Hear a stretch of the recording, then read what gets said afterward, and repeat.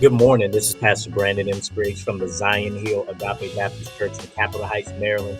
And this is your morning message in 5 minutes. This week, we are piggybacking on the sermon from Sunday. If you were live and in person at 8509 Walker Mill Road, and you heard and you experienced this great celebration over the fact that the Lord is our good shepherd. And we continue that today. Two men, as the story is told, were called on in a large classroom to recite the 23rd Psalm. One was a published orator, trained in speech technique and drama.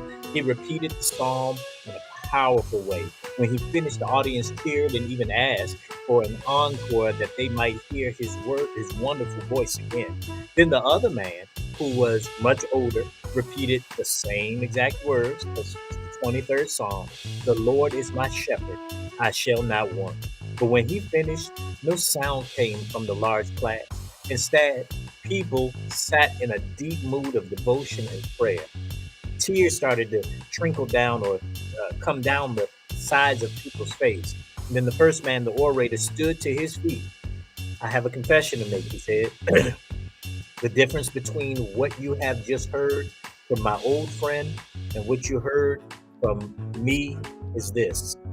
I know the song, but my friend knows the shepherd.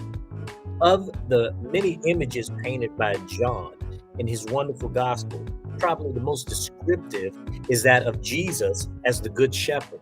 For like a shepherd, Jesus is concerned with the welfare and the care of the sheep, because shepherding is more about the sheep than it is about the shepherd. And as Jesus delivered this sermon on the heels of healing the blind man at the temple, he clearly declares his identity and plainly states his purpose and his plans. In these verses, we can hear, or we can even see, the heart of Jesus on display.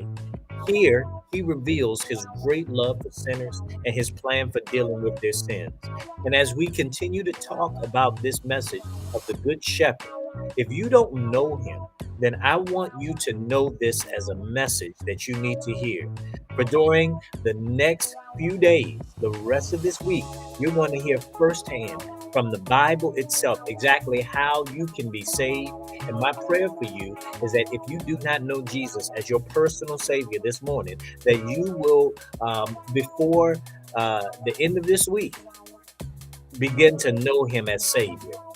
And if you do know him, then I pray that you celebrate with me that we have a good shepherd. This has been Pastor Brandon M. Spriggs from the Zion Hill Agape Baptist Church in Capitol Heights, Maryland. And this is your morning message in 5 minutes. Till next time, keep advancing the kingdom. God bless you.